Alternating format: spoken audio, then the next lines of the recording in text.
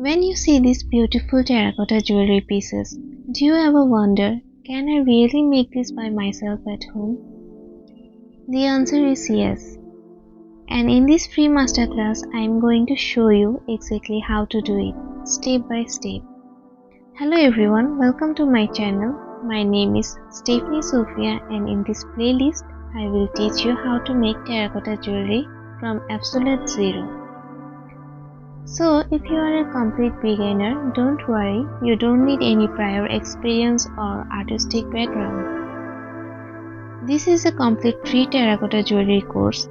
In this series, you will learn materials and tools, clay preparations, jewelry design, drying and baking, painting and finishing, and even basic selling and pricing tips. There will be 20 structured episodes explained in a simple and practical way.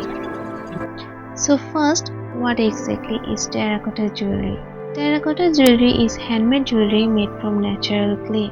The word terracotta means baked earth. This jewelry is eco-friendly, lightweight, skin-safe, and because it is handmade, no two pieces are ever exactly the same. Terracotta jewelry is becoming very popular today because first, it blends traditional culture with modern fashion.